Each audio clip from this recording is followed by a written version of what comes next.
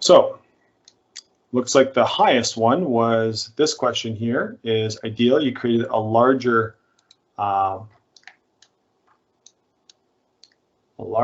management team to help run the company. Were those people hired externally or brought up the ranks from within? So put 5 minutes on the clock here. And Sarah or Harley or Ian, you can sit there and field this question, and then we'll give it a kick. On your mark, get set, and go. Yeah, I can answer. Go ahead, Sarah. Go ahead. Okay. I'd say mainly our foremen were promoted from within. They were people who showed a lot of leadership promise that we really wanted to give opportunities to.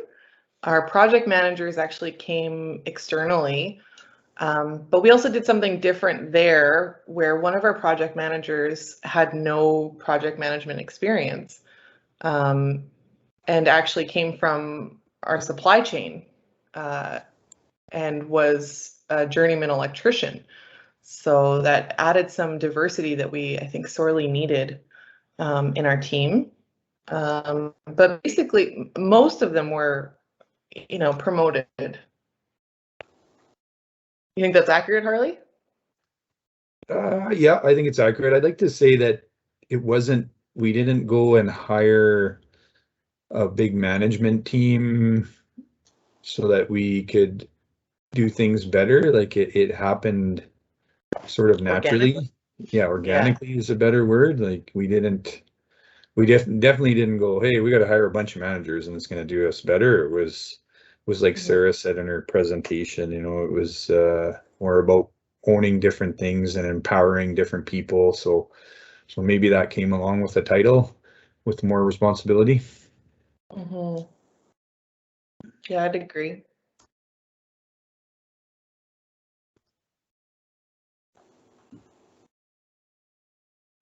Awesome. Looks like that question was quite answered. So there's 3 minutes. We're not going to explode, are we?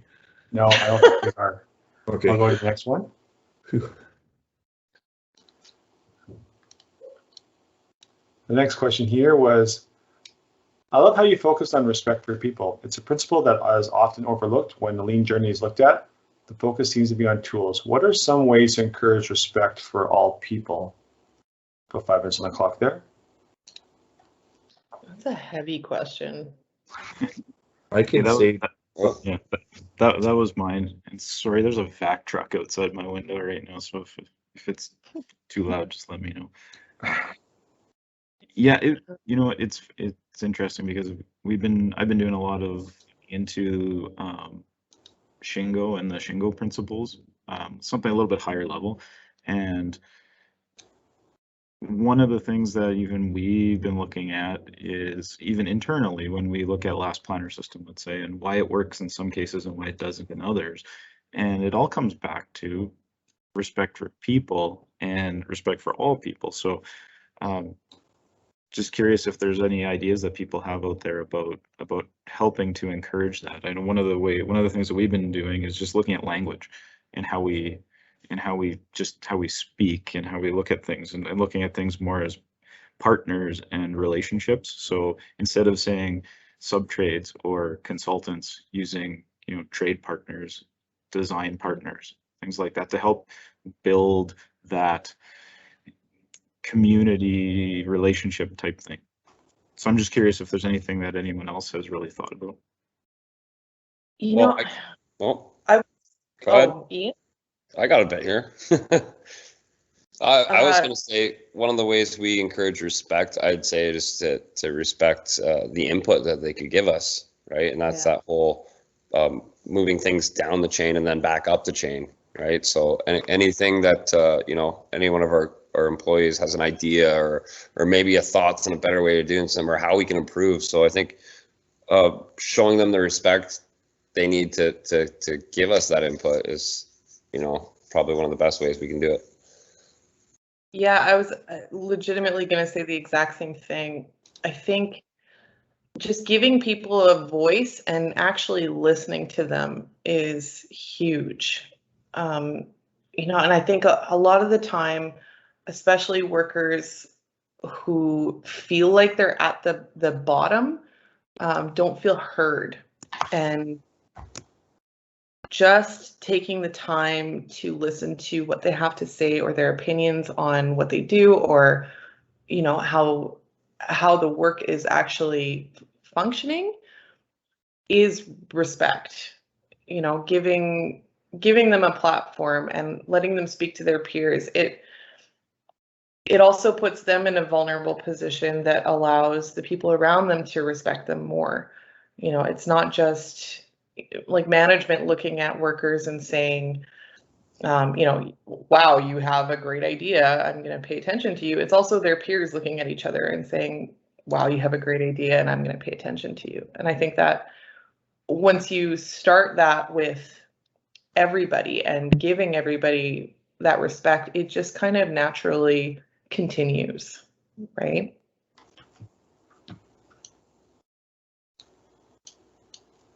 Best way you can do that is show respect to your people and be respectful. And I think Ian said, listen, hear, react.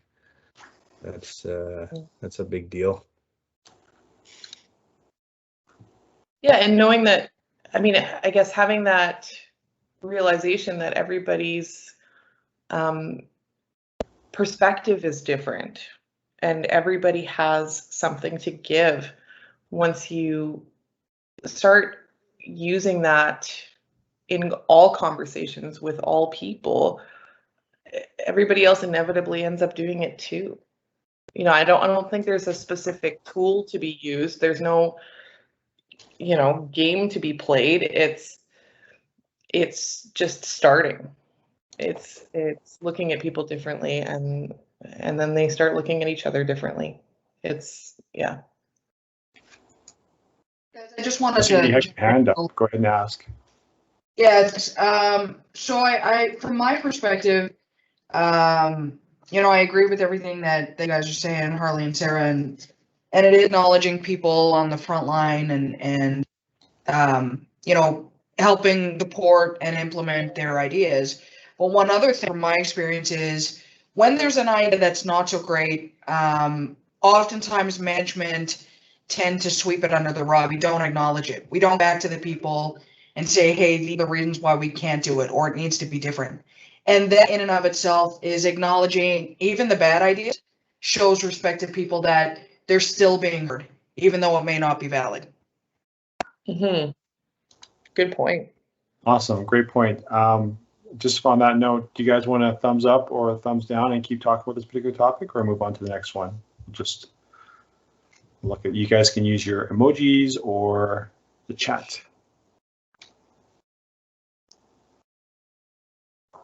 I'm going to say next topic.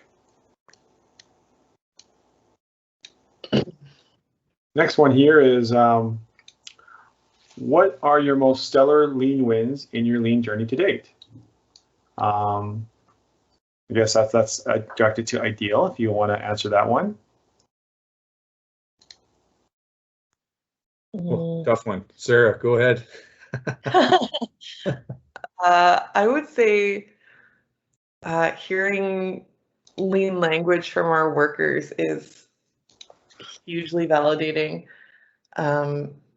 Having workers bring 2-second leans to us without a competition, without prompting, that is an enormous win, in my opinion, because it's that proof that it's coming from the bottom, not top down.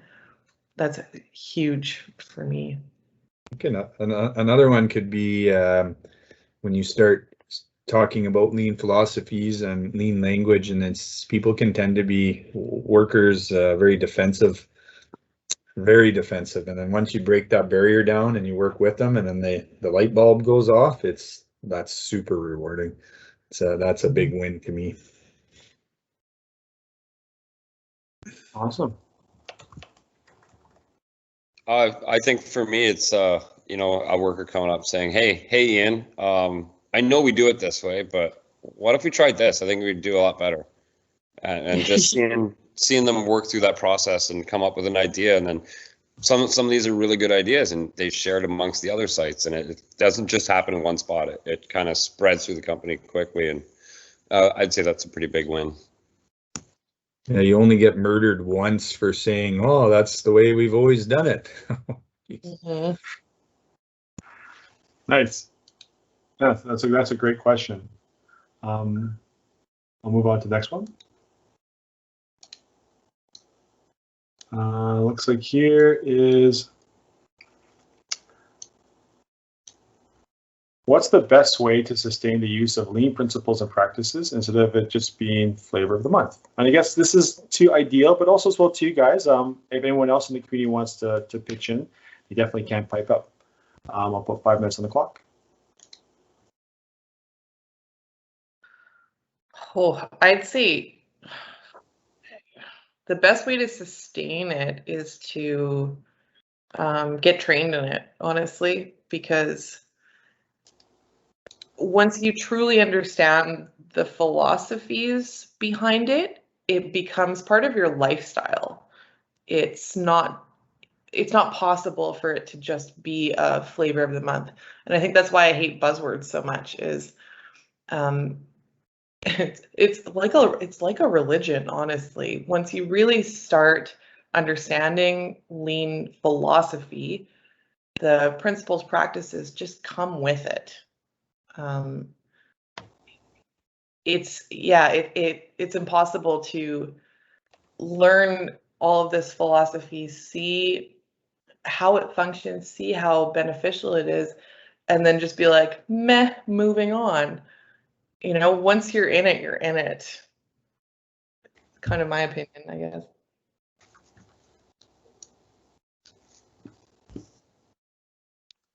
Yeah, I think you have to keep celebrating. Eventually, I think with that training, it's just the way you do things. You see that flavor of the month. I think, and I think that's feelings when you're in your training very, very early on, and I'm sure it might not work for everybody, but eventually those buzzwords are not necessarily buzzwords, and it's just part of what you do. So the sustaining is, I think, you have to be a hyper aware. We're all very busy, and we have businesses to run or be a part of, or crews, or accounting, or controlling, or HR, or whatever. But you got to check in and every once in a while and say, hey, how are we doing on our lean journey here? What's happening? Where are we at? Are we in a good place? What do we need to do next? How do we keep people excited? I think that's the best way to sustain. I think the continually challenging each other is probably a really good part of that too. So those of us in the training are constantly challenging each other. Avel, you challenge us pretty hard, which is awesome. and then working that down, us challenging our guys, boots on the ground guys. Hey, how do we do better? You know, and stuff like that. I think that's a great way to sustain. I was going to also say having someone who can be that person to push it and be very deliberate with it, and not letting it get away from just kind of going away and being that flavor of the month. Our industry in construction is very much, to go back to what Harley said, it's just the way we've always done it. How often do you hear that? Why and why is our industry not changed to the same degree that, when you look at other industries like manufacturing, where our productivity just over the last 50 years hasn't gone up. It's actually gone down a little bit. So, trying to break that mold of it's always the way that we've done it mentality is one of the ways to try and not let it become flavor of the month. Totally. Yeah, I like the opportunity as well too, is that, when you learn together, right? And you learn together through, it could be through training, but also just the act of improving your processes, trying to make it better. Those of us who are engaged in learning, we kind of go back to that fun time when we were back at school. And that's how you kind of make it engaging and make it interesting, and it won't fall back. And you always keep moving forward. Especially if your goal of lean or whatever improvement happens to be, it's not so much the improvement, it's the learning. It's like when Sarah says, like, now I don't stop. I stop aiming for perfection, and now perfect just happens, right? Rather than the other way around. The same thing with lean. You stop aiming for culture and just focus on learning, and then the culture will just naturally occur. Well, when you really start looking at it, okay, there's all these tools and methods and all this jazz when it comes to lean, but when you really start looking at it, lean's about developing people. And when you really start doing that, that's another way that it doesn't become a flavor of the month, right? When you really start focusing on people and developing people, that's when you really start to get more of the benefit of everything else that goes with it. Okay, on that note, I'll make an executive decision and we'll move on to the next topic. So there's one other one that's quite high, and where we're getting close to our plus delta time. And the next one up here is, two really good ones, but I'll say here is a relevant one. Are people more happy, less stress, more energy, more engagement in the work because of lean? Ideal? What do you see? Yes. I think that's an interesting question, because do the people know that it's might be because of lean, or they Yeah, good call. are they just doing stuff differently? You talked, Sarah, about how we engaged people in competitions. I think to answer that question, people got in the competitions and it was fun and it was distracting and it was kind of based on lean philosophies, and people were happy. So, but did they know that it was lean? No. Yeah. I would add to that. Is it important that they know that it was lean? I don't think so. Right? No. Yeah, you're right, Brian. Like, who cares at that point? I love this question. There's a quick story from one of our offices south of the border, where they made a change to time cards because the foreman was on site for extra hours after everyone had gone home to do time cards, and they made a change so that he didn't have to do that anymore. And when the person went back and asked him how things were going, it had nothing to do with time cards. It had to do with him being so happy because he could go home and spend those hours now with his family, right? So, are people more happy? I think they are, right? Absolutely, especially when there's little changes they make. But do they understand it's because of lean? Not necessarily, and I don't think that's the important thing in all of this. Agreed. And also, just like Avel keeps talking about with, people learning more and learning together specifically, that kind of inherently makes people happier because there's connection there. When you're learning stuff with other people, you're inevitably talking to them about it, and you're inevitably questioning yourself and challenging yourself, and there's I guess more self-worth when you progress, right? So people not only connecting with others, but also progressing on their own creates more pride and creates happiness. So yeah, I encourage lifelong learning, and especially, like Avel keeps saying, learning in groups, learning together. Awesome. All really good. And I'm gonna executive decision again, this one over, because I want to get that last question, and then we'll hit all the high ones. This question was, do you see the use of lean used in all departments, from the estimator to the accountant, and not only production on site? Again, to ideal. How would you answer this? Well, coming from HR and accounting, I would say yes. And again, there's that that filtering effect that, you know, you don't expect to happen, that surprises the heck out of you, where, you know, people in your organization start using lean, and it just kind of naturally and organically filters to everyone else. Funny, I'm in green training right now and working on our payroll process, and terrified to talk to the other ladies in my office that are involved in payroll. But inevitably I'm going to have to, so there's that. Well, Sarah, why don't you tell a story about our coordinator and when we had him do 5S in the office? You're talking about Brian? Yeah. What's the story? You tell it. Okay, I'll tell the story. Kind of in the spirit of the question, it's the guy who's in the office all the time, coordinator, dealing with orders and estimating and this and that, and we had him do a 5S of his office space and how it was set up, and just to make him a little bit better. So I think it definitely boils over into other parts of the company.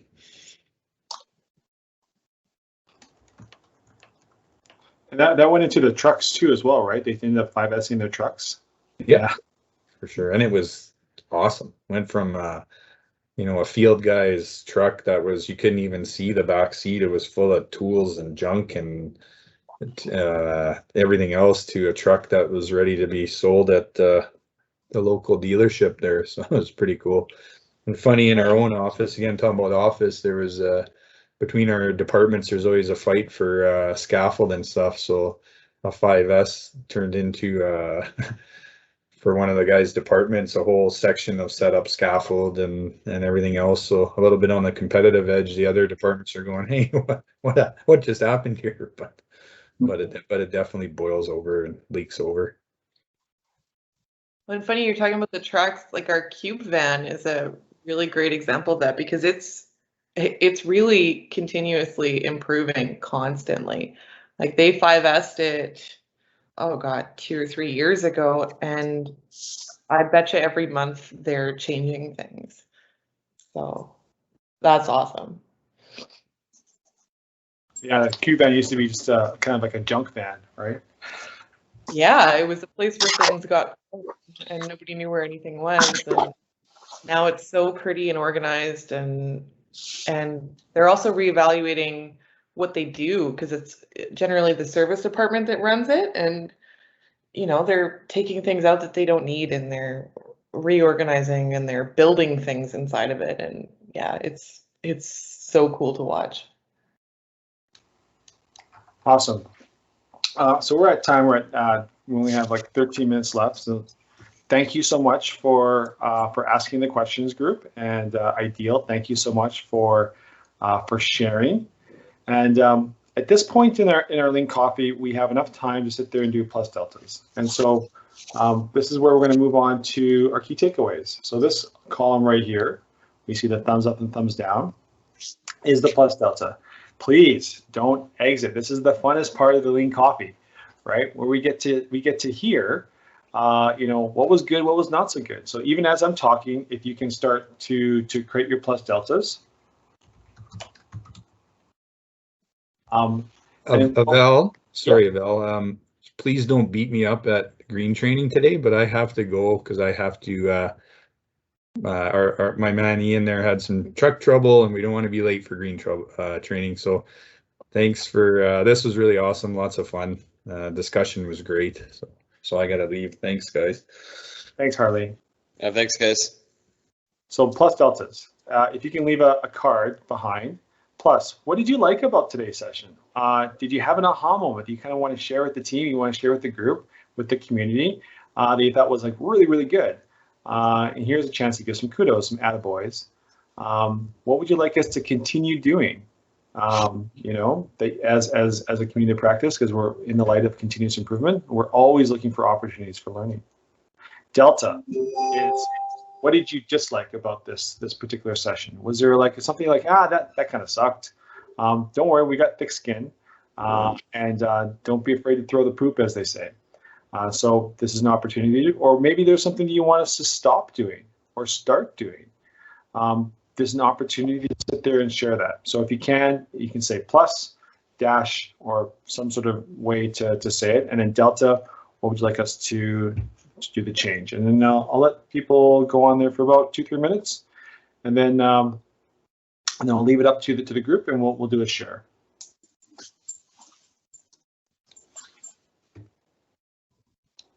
Again, price of admission is to give at least 1 plus delta. I'd appreciate it. On that note, while we're waiting here, I just want to do a little plug for the Edmonton Construction Association. They are kind of our home away from home, even though we haven't had a chance to sit there and go there during COVID because of social distancing. But I will say this is that they have a really cool printing facility. So if you need to print posters, you need to print Kanban stuff or whatever, go check them out. And you'd be surprised at how cheap and how cost-effective some of your printing needs can be met there at the Edmonton Construction Association. And there's a lot of free stuff there as well too that you can access with your membership, or just you're in the general construction community. Just because you don't have an association or membership, that doesn't mean you can't access some of the tools that they have available to you. So give them a holler. The ECA is really, really cool. Really good group of people. As well too, our next Lean Coffee is going to be June 18th. And we're going to have another guest speaker, and we're going to have Dirt come in. And we have Eli Letak. I hope I said his name right. And he's going to speak on Dirt's journey through Lean. And check out our LinkedIn board. We'll be giving out details for when that will start as well too.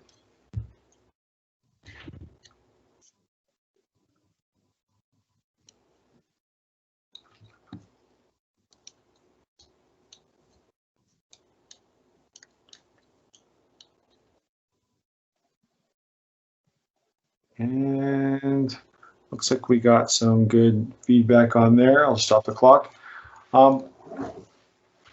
So this is to the group, to the forum. What's your plus delta? Those of you who are still around, I'll call you out, and if you can just kind of share, what did you like, what did you dislike, and share with the group. So we'll start off with Brian McEachern. What's your plus delta, Brian? Plus was fantastic presentation. Great job, Sarah, Harley, and Ian. That was fantastic. It was a great story to listen to. I thought it was awesome. Delta would have been just nice to hear from some more people in the second half during the questions / kind of coffee portion. Awesome. Next we'll go with Dean. Dean, are you there? Are you able to share your plus delta?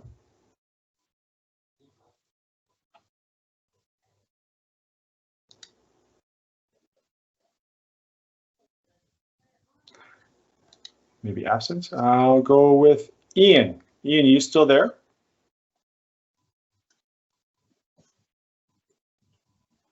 May have also left. Let's go with Lars. Lars, do you have a plus delta that you'd like to share with the group?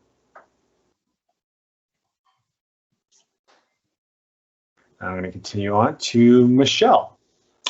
Yes, so that was a very good presentation. It was nice to hear the development of a team come together and hear the success around that. The delta, I'd like to see a little bit more during the coffee portion, a broader conversation. That was well done overall. Thank you. Awesome, thanks, Michelle. And let's go with Millie. Millie, do you have a plus delta you'd like to share with the group? Yeah, no, I would probably just say exactly as what Michelle said. I'm like, I think he's stealing all my stuff, but yeah, absolutely the same. But it was a great presentation and certainly their journey. Time doesn't always permit for it to be broader spectrum, but it was, yeah, exceptional this morning, exceptional. Awesome, thank you, Millie. And let's go with Shafraz. Shafraz, did you have a plus delta you'd like to share with the group, Shafraz? I really enjoyed Sarah and team's authentic kind of story on their lean journey and what worked, especially how they really got the culture to really start with the grassroots coming to them with lean wins and 2-second leans without prompting. That's an amazing feat. That's extremely hard to do. So great job. No real deltas, maybe Teams and my video don't really get along right now, so I'm not sure what the issue is, but it's probably my issue, not yours. Thanks.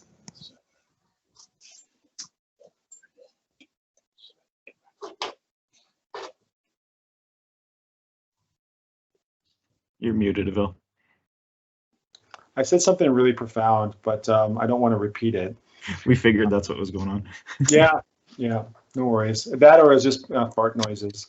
So let's go with Brian Lindgren. Brian, do you have some plus deltas you'd like to share with the group?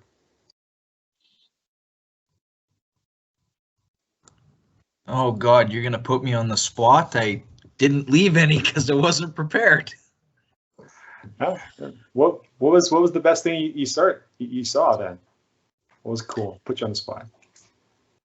I guess I liked how relatable a lot of the stuff was. I know Harley and Sarah, they're formidable competitors of ours in the drywall business, and they've definitely taken their lean journey a few steps beyond where we've gone with ours internally. And it was just neat for me to go, oh yeah, no, we've definitely had some pushback with some of those ideas, and just be able to relate with kind of some of their wins and some of their losses, and I gotta say they've even maybe helped lay down some additional groundwork for where we need to go with how we want to advance it in our company. Awesome. Thank you, Brian. I'll jump around here again. Stephen Reese, do you have some plus deltas you'd like to share with the group?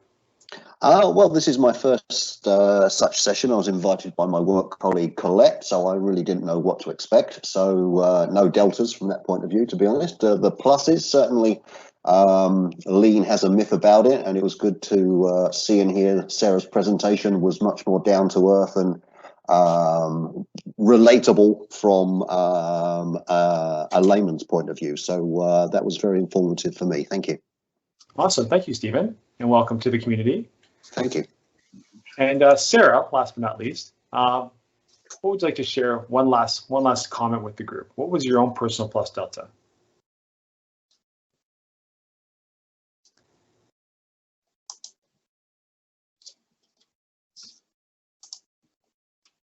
I think Sarah, we lost her. I know that they're getting ready to go to another session here real quick. For me, myself, plus delta was, hearing a lot about the human side of human side of things, and I hear it a lot, but just kind of having them talk about it front and center, that was a plus for me. Delta, trying to like what Michelle had alluded to earlier, I'd like to get more input from the group, but as well too, I want to make sure that the questions get answered because people came to hear from Ideal. So you trying to find that balance. That's something that will be continuously struggling or continuously trying to improve as a facilitator, trying to find that balance. So we're kind of at time now for our lean coffee. I'd like to thank everyone who kind of stayed all the way to the bitter end to go through with that. Again, just a reminder, I put it up there on the screen share. Our next Lean Coffee is June 18th, 2021. It's going to be 8:30 a.m. to 10 a.m. Again, we're going to have another guest speaker, Eli Latak from DIRT. It's going to be talking about lean there. Please make sure that you visit our LinkedIn page, and we'll be giving the details for that one as it comes out. And then sign in for the Eventbrite page, and we'll be doing something very similar to this with a Teams and a Lean Coffee afterwards. On that note, everyone, have a fantastic May long weekend. Stay safe out there.